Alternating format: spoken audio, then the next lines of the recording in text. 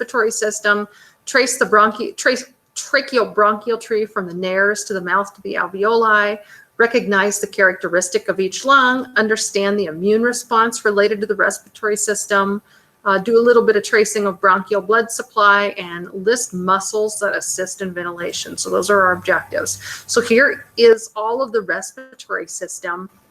We start here with the nasal cavity, and we go down all the way into the lungs themselves. So here we go. This is what we walk around seeing all the time. So you see a picture of these two men. Who wore it better? So what do you guys think? What's wrong with this slide?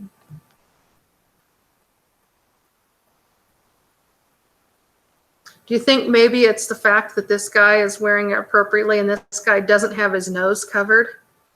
Well, duh, that's part of the respiratory system. Okay, so we're trying to worry about, getting pathogens down into our lungs or protecting other people from ours. And here we have our nose exposed. So of course, this person right up here, who's Boris Johnson, and that's kind of a little silly because he actually ended up getting COVID. So anyway, we'll move on. Okay, so the upper airway consists of the nose, the oral cavity, and then the pharynx. Okay.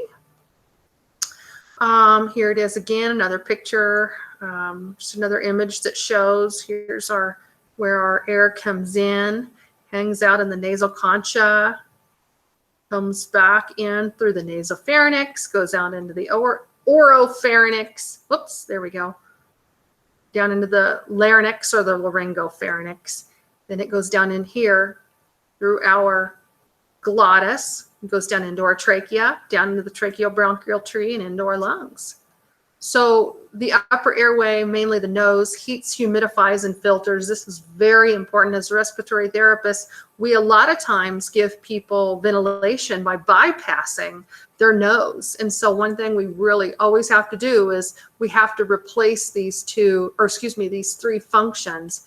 We have to heat, humidify, and filter all of the air if it does bypass the patient's nares. Okay, and then you will find in the oral cavity, it's just a vestibule, meaning it's just a space. You'll find the hard and the soft palate, the uvula, and then our palatine tonsil. So then we move into the pharynx. There's three portions of the pharynx: the naso, the oral, and the laryngopharynx. Major structures in the nasopharynx would be your auditory tubes, what we used to call our eustachian tubes, and then your adenoid tonsils. And then the oropharynx has your two other types, your lingual and your palatine tonsils. And then your laryngopharynx has your epiglottis, okay, which is extremely important because it covers your glottis, which goes down into your trachea. Okay, the larynx is just a passageway for our air. It protects us against aspiration. Aspiration is when something gets past the vocal cords. They're inappropriately abducted, so they're open, and something goes down into our tracheobronchial tree and ends up in our lungs. That's called aspiration. Okay, it also helps generate sounds for speech. And then for us, this is where we will be looking. So when we place an endotracheal tube, we'll have to look at all of the landmarks in our oral cavity and in our larynx. And that's where we'll intubate patients or put the oral endotracheal tube in. So the larynx is made up of three single and three different paired types of cartilage, and that's all just to provide support and structure. So the thyroid cartilage, you guys can all feel that. That's your Adam's apple. It is the largest cartilage of the larynx. Next is your cricoid cartilage, which is the first C-shaped cartilage of the trachea. Then your epiglottis is just a spoon-shaped fibrocartilage cartilaginous structure that covers the glottis, or the opening down into the trachea. And then there's also the vallecula, and that's not a cartilage, but just a space where that holds air. But you look into the vallecula, and it's a good landmark for intubation. So when you look in to someone's larynx via a laryngoscope, which is something we'll learn later, but it's a little tool that you open up and you displace the epiglottis, and you look for the vocal cords. Okay, so here are our vocal cords, okay, right here, these little white structures. So what you want to do is look down in the larynx when you see this, and then you'll put the tube right in here. Okay, so you put the tube right there. The glottis, it's also called rima glottids. That is just another name for it, but this is where the opening of the trachea starts. Okay, so in the adult, that's the narrowest point. In pediatrics, it's the cricoid cartilage that's the narrowest point. Okay, and then the arytenoid cartilage is one of the paired cartilages that help just provide structure. So endotracheal intubation, as I said, that's inserting an endotracheal tube down to bypass all of the patient's breathing functions on their own. It'll bypass the nose, the upper airway, oral cavity. It'll go straight through the vocal cords, and that's to provide mechanical ventilation. So these are all the different landmarks of the larynx that we would look for. Okay, let's look at different tissues of the respiratory system. So at first, in the upper airway, the nasal cavity, the oral cavity, the oropharynx, and the laryngopharynx, we have a stratified squamous epithelium. Stratified just means that it's kind of layered, and squamous is just this little flat tissue. Then the majority of the respiratory system is lined with this pseudostratified columnar epithelium with goblet cells. And what's so important about that is that it has cilia that help with a lot of different functions that we'll talk about. So that lines the posterior 2/3 of the nasal cavity as well as the tracheobronchial tree. Okay, and that is going to be your trachea to the respiratory bronchioles. And this is just a little microscopic picture of the pseudostratified ciliated columnar epithelium. And here's the little cilia up here, and you can see it right here on the electron microscope. Then after we get down into our alveoli, we get down into what's called simple cuboidal epithelium. And it's really thin. And the function for that is so that oxygen and carbon dioxide can move across the alveolar capillary membrane from the blood in to the inner air sacs, so the alveoli. So we want a really thin epithelium at that point so it can move through, and that's what it is. Something of note, ACE2 receptors are located here in the simple cuboidal epithelium. Okay, so ACE2, that's going to come up again because that's something that's talked about quite a bit. So we'll remember that. Okay, so the simple cuboidal epithelium is where gas exchange takes place, and ACE2 receptors are located. So down then when we get into the terminal bronchioles, that's where the simple cuboidal starts taking place, and this is the alveolar epithelium. And there is a lot of it, okay? So there's lots of these little clusters.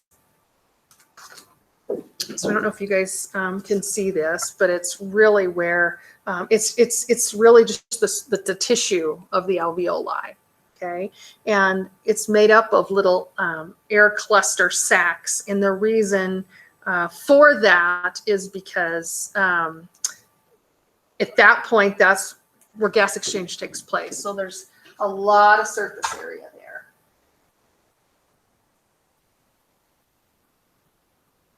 Okay, our tracheobronchial tree. Our tracheobronchial tree is where the air gets moved from our external environment down into the lungs. So it's just a passageway for air. And it's made up of the trachea, the main stem and the lobar bronchi, the segmental and the subsegmental bronchi. Then it goes down into the bronchioles, the terminal bronchioles, And then it goes down into the respiratory bronchioles, the alveolar ducts, and alveolar sacs. Okay, so here this is broken up into cartilaginous zones. So all of these structures still have cartilage that's helping support them. The bronchioles and the terminal bronchioles do not have cartilage, but that's where air is still, it's getting smaller and smaller. And so that's where air is still moving. And then when you get down to the respiratory bronchioles, that's where that epithelium changes in the simple cuboidal, and then gas exchange takes place there. Okay, anybody have any idea why I have a mouse on the beach here? It would be very beneficial for you guys to memorize these different structures and generations of your tracheobronchial tree. Okay, so do you see this little mouse on the beach? It's a hint. The mice love sunny, sandy beaches. They run all around. Okay, so I'm going to repeat that again. The mice love sunny, sandy beaches. They run all around. Trachea, main stem, lobar, segmental, subsegmental, bronchioles, terminal bronchioles, respiratory bronchioles, alveolar ducts, and alveolar sacs. Whew. Can you guys do that? Anybody want to try it? Okay, we'll move on. That's something you can do on your own. Okay, so when we get down into the gas exchange function, there's a lot of different words for this. So it can be called the alveoli, the acinus, or really the functional unit of the lung. Okay, so that's where all the gas exchange takes place, and it's called the functional unit. Does anybody, just for comparison, does anybody have any idea where the functional unit of the kidneys are? That would be your nephrons. Okay, so the functional unit of the respiratory system is the acinus, or the alveoli. Another term for it is the parenchyma,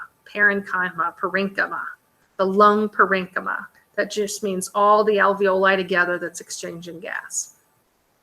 The lungs then are made up of different cells, and we call them pneumocytes. So the greatest amount of pneumocytes are our type 1 squamous pneumocytes, and that's about 95% of the alveolar surface. Then we have type 2 pneumocytes, or granular pneumocytes, and these are what make up surfactant. Has anybody ever heard of a pulmonary surfactant? That is what allows our lungs to inflate without collapsing. It reduces the surface tension, and so this surfactant is what gets developed in utero, and so we don't have functional mature surfactant until about 36 weeks gestation. So that's why babies that are born prematurely a lot of times have to have extra support, such as either oxygen or mechanical ventilation or just other positive pressure forms, because they don't have enough of these type 2 pneumocytes to develop mature surfactant. And then finally, type 3, we have macrophages. And of course, macrophages are what go around and eat pathogens that come in to our tracheobronchial tree and into our lungs. So alveolar tissue has something called an interstitium. It's surrounded, supported, and shapes the alveolar capillary clusters. It is like a little jelly web-like structure made up of collagen fibers, and this is really important. So collagen in our lungs limits distendability, okay? And it prevents over-distension. We don't want over-distension, because then it damages the structural framework of the collagen fibers and the wall of the alveoli, and that leads to a lot of detriment, okay? So we really want these collagen fibers to hold their structure and shape. Once again, the passage of air goes from the nose to the larynx, to the pharynx, down through the tracheobronchial tree. What's that mnemonic again? Does somebody want to try and name that without peeking? Anybody? Okay, no big deal. So it's the mice love sunny, sandy beaches. They run all around. Okay, so just remember that. I want you to say that over and over. If you do it like 10, 15 times and you write it down, you'll easily have this memorized. So the tracheobronchial tree is a series of branching airways that just keep getting smaller and more narrow. We have just the conducting zone that's just there. It's cartilaginous, meaning it's very structured. And then we have the respiratory zone where there's no cartilage, and that's where oxygen and carbon dioxide exchange and move to their respective areas. Okay, so here's the tracheobronchial tree. As I said, here's the trachea. We go into right and left main stem, and we just continue to go to smaller areas until we get to different segments of the lung. Okay, also, it's the epithelial lining has what's called a nice mucus blanket. Okay, it's mostly water. It's also glycoproteins, other different macromolecules like carbohydrates, lipids. There's also DNA, cellular debris, and foreign material.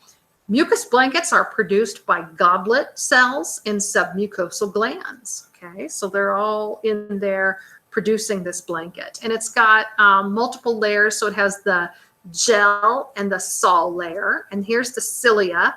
And all of this right here is that pseudostratified ciliated epithelium. And then they have goblet cells in here. So we want this mucus to move everything and to trap different pathogens. So when we have our mucus layer here, if pathogens start coming down, this mucus layer will trap them. And then the cilia will say, go back to where you came from. So the cilia then will work in wave-like structures to move these pathogens back up into the oropharynx, where then it's either coughed or spit out, or just goes down into the esophagus and gets eaten by our stomach acid.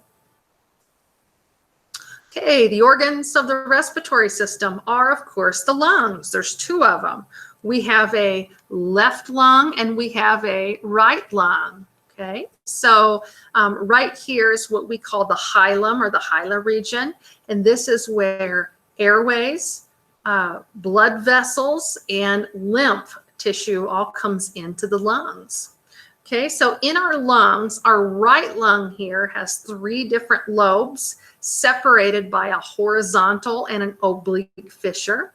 So there's 3 lobes in the right lung. The left lung only has 2 lobes, and it's separated by an oblique fissure, which you can kind of see here. Okay, and then in the 2 lungs, there's a whole bunch of bronchopulmonary segments. This is the apex, so these are the apices, and down here we have the base of the lungs. And once again, the hilum or the hilar region is this medial portion of the lungs where everything comes in. So here's the different bronchopulmonary segments. Okay, so you'll get the great opportunity to memorize these later. But at this point, you're just kind of recognizing them. This is kind of a neat cross-sectional CAT scan. It has all the different segments color-coded here. So this is a patient's spine here. This is their mediastinum. Right here is their sternum. So you're looking at a patient laying in the supine position. So that mucociliary escalator, that's the cleansing mechanism of the tracheobronchial tree. And once again, the cilia sweeps those pathogens back up into the oropharynx so they can get either coughed, exhaled out, or swallowed down into the stomach through the esophagus. Bad things happen when you smoke cigarettes or become dehydrated or have positive pressure ventilation or are getting too many endotracheal tube suctioning or with very high FiO2s or really high oxygen levels. Also, if you're having anesthesia or if you're breathing in pollutants, it'll slow down this cleansing mechanism. It'll slow down the cilia, and then what happens then is those pathogens get down into the lungs where they're not supposed to. Another area that's of interest is right here. This is what's called the lamina propria, and this is where you can find blood vessels, lymphatic vessels, branches of the vagus nerve, smooth muscle, the submucosal glands, and mast cells, which helps with immunity. Okay, so here's the mucus layer, here's the cilia, here's your epithelium. The basement membrane is in between here, and then your lamina propria. Okay, so I want to explain the immune response, and I actually am going to go into just a little, and I know you guys, I'm over.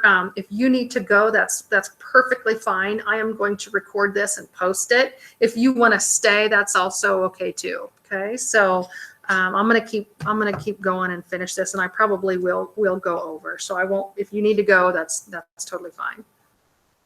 So I really wanted to talk about this immune response because, and I'm going to go a little bit more in depth than your book even does. So there's just in general, when you talk about immunity, and immunity is a very in-depth topic, but we're just going to talk really quickly about cellular versus humoral.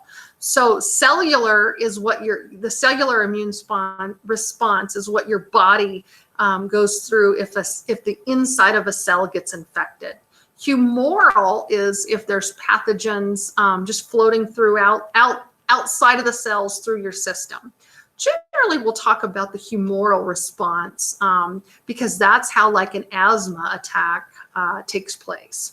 However, we've been hearing all about, and it's completely changed our lives, and that's COVID-19. So COVID-19 is more of a cellular response, immune response, and it releases these, they both can release cytokines, but in general, the cellular response, they have these what are called cytokines. They regulate and activate or inhibit during an immune response, and they can either be pro-inflammatory or anti-inflammatory when a cell becomes infected. Okay, so a cytokine is just a little substance that works with immunity, and the three major function it has is to classify the substance as either harmful or safe. It'll determine whether to mount a big response or to just ignore it. It'll then also regulate all the immune cells. So cytokines are very important within the lungs. I also earlier told you to pay attention to something called ACE receptors. So an ACE2, ACE stands for angiotensin converting enzyme, and in general its function is to help regulate blood pressure, but it also helps, it also works as a receptor that has different functions. So it is a protein with a specific chains for varying functions. It's found in the respiratory system, in the GI tract, in the cardiovascular system, and then also up in the head in your neural cells. It's responsible for immune functions, and then the signaling of these ACE receptors makes cytokines active and cause inflammation. So your body in general has these ACE receptors naturally throughout. So it's the SARS-CoV-2 virus that uses these ACE receptors to enter the cells in the lungs, GI tract, cardiovascular, and neuro cells. So what happens then is it causes this cytokine storm that can produce all of this inflammation, especially in our lungs. That's what leads to the acute respiratory distress. It leads to pneumonia, pneumonitis, pulmonary edema, and that's what makes patients so darn sick. Okay, so that's why it's really hitting the lungs. It's hitting the GI tract. You'll hear people that'll get a fever, they'll have body aches, they'll start having shortness of breath and have some lung problems, but they'll also a lot of times exhibit GI problems, so vomiting, diarrhea. They'll also, they could have a lot of blood clotting as well as a lot of head issues. Okay, so those ACE receptors are just like an open site for COVID to bind to and get into these areas and cause a lot of problems. We say something is upregulated, meaning it's there's a lot more receptors in smokers, and so that's why people that do smoke are at a greater risk for COVID, contracting COVID, because they just have a lot more of those ACE2 receptors exposed. So here's just a little picture on your bronchial epithelial cells. Here's the ACE2 receptors, and this is the COVID virus coming in and attaching and coming in to mount its bad response. So also we'll talk about humoral immune response, because in general this is really important for asthma attacks and understanding asthma attacks. So we talk about humoral, meaning antibody binding. So the antibodies are going through the body and trying to fight the pathogens that are outside of specific cells. Okay, so mast cells are really important for respiratory immune response, and then these immunoglobulins. So immunoglobulins are different proteins, and they defend against invading environmental antigens. IgE specific antibody is part of the allergic response. Okay, so I have something you can read about just a little bit more in depth of IgE. So the IgE antigen antibody reaction happens like this. So we have an initial exposure, and let's just use something tangible so we kind of can understand this. Let's say you are allergic to dog fur, or AKA dog dander. Okay, so you come in contact to a dog or a dander, and you're like, oh boy. So that's the initial exposure. Your body produces this specific IgE antibodies towards that. Okay, so the new IgE antibody travels through the bloodstream and it attaches to the mast cell, which then becomes sensitized. Okay, so the antigen itself was, let's just once again say your dog fur. Then what happens again, now that these mast cells are sensitized, let's say you come into contact again with that antigen, say the dog fur, then what happens is those mast cells start what's called degranulating, and then they release all these chemical mediators. That's like histamine, heparin, platelet activating factor, ECFA, leukotrienes. So therefore, when you'll start to get eyes watering, you'll feel inflammation. When that happens in the lungs, other things happen, such as edema. We have increased vascular permeability, which means that fluid can then enter up, and you'll get a lot of extra fluid. Smooth muscle contraction, increased mucus production, and vasodilation with edema. So that's what happens with an asthma attack. And I'm not sure if you can see this or not, but this is just a little model of an airway, and what it shows, all of those things I just talked about. So hypersecretion of mucus, swelling, inflammation of the airway itself, and then muscle spasm or bronchoconstriction. So all of these things cause a smaller diameter, and then airflow can't move through the tracheobronchial tree as easy. That's what happens in an asthma attack. Okay, so when we talk about blood flow, we're talking about two different systems here. Bronchial blood flow, which is blood flow that starts in the aorta, and it provides nice oxygenated blood to the tracheobronchial tree. And then we'll talk about pulmonary blood flow. So the pulmonary blood flow is the entire output of the right ventricle. So that's when we talk about from the right ventricle, that's deoxygenated blood that goes to the lungs to pick up its oxygen.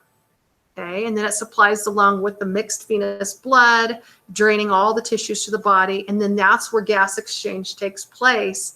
And the deoxygenated blood then goes through the lungs and picks up the oxygen, releases the carbon dioxide, goes back to the left side of the heart to where it'll get pumped to the rest of the body. And we'll go through blood flow again quite a bit in cardiovascular anatomy as well. So once again, the bronchial blood supply starts in the aortas, and then it brings all of that fresh blood through the tracheobronchial tree to the terminal bronchioles. Then it merges with the pulmonary vascular system. Okay, so then it becomes the pulmonary blood flow. And then the blood flow coming back returns through the azygos, hemiazygos, intercostal, and then the bronchopulmonary veins, and then to the left atrium via the pulmonary veins. So as I said, we'll talk about this again, but pulmonary blood flow, red blood cells take about 4 to 5 seconds to travel through the pulmonary circulation at resting cardiac outputs. About 0.75 seconds or 3/4 of a second of this time is spent in the pulmonary capillaries. So not a lot of time, but that is enough time for diffusion to take place. Okay, so that's where oxygen and carbon dioxide exchange places between the blood and the lungs. So with our pulmonary blood flow, we have 2 different types. We have our resistance vessels, our high pressure vessels, that's your arteries and your arterioles. And you have capacitance vessels, which are the lower pressure, your veins and your venules. And they, as I said, once again, a low pressure. You also have a lymph system and have a lot of lymph going through your lungs. And what that does is that moves the extra fluid up through the body to the cardiovascular system. There's more on the left than the right. Finally, our thorax is our structural component of the lungs and our mediastinum. So we have here our different types of ribs. There are 12 ribs. And then there is here, of course, your sternum, the manubrium, the body, and the xiphoid process. Ribs 1 through 7 are what are called true ribs because they actually attach here to the sternum as well as the thoracic spine. 8 to 10 attach just right above the ribs here. You can see these are the false ribs. And then the very back are the floating ribs, 11 and 12. So they attach just to the thoracic spine, but they don't really attach to the ribs above them or to the sternum themselves.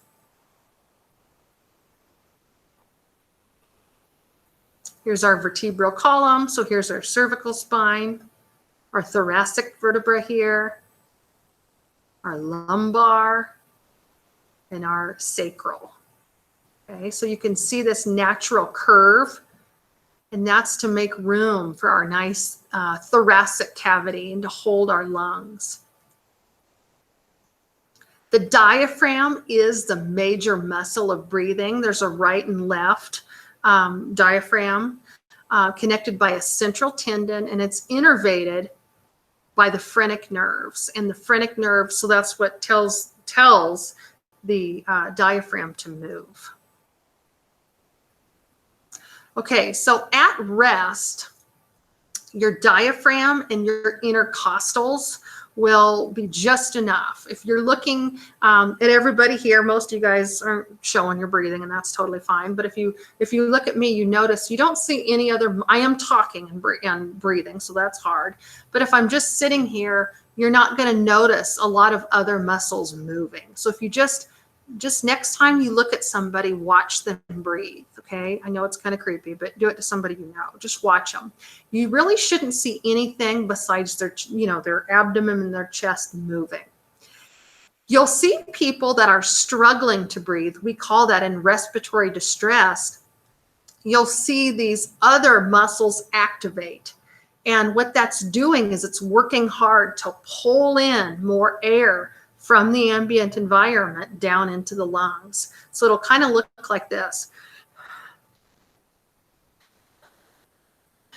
And you'll notice the scalene muscles, the trapezius muscles, your traps, those big muscles in your back, your external intercostals, your pectoralis major, that big muscle in your chest, and then your sternocleidomastoid, this muscle. You'll see all of those really flexing when somebody is having a hard time getting air in.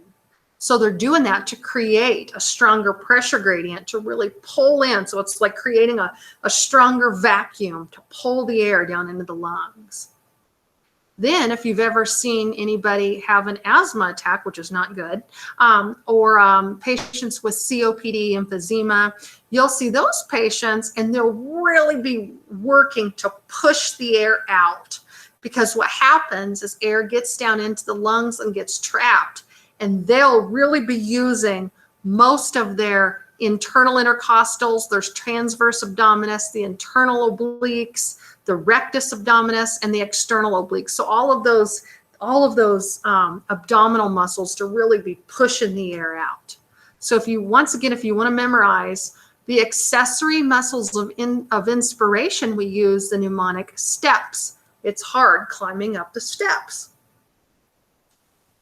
And then the mnemonic for the accessory muscles of exhalation are I tire, okay? So in general, once again, when we're just breathing, the diaphragm and the intercostals should be just fine to move the body, or excuse me, move the air in and out. But when patients are having a certain type of disease process or a problem with their respiratory anatomy, they'll really be using these accessory muscles to breathe. And you'll see them kind of going. And that's not good. That means that they're really having to work hard. And eventually, patients can't use that much energy. They're going to have too much energy expenditure to use all of those muscles. And that's where you'll come in as a respiratory therapist. You'll help them, okay?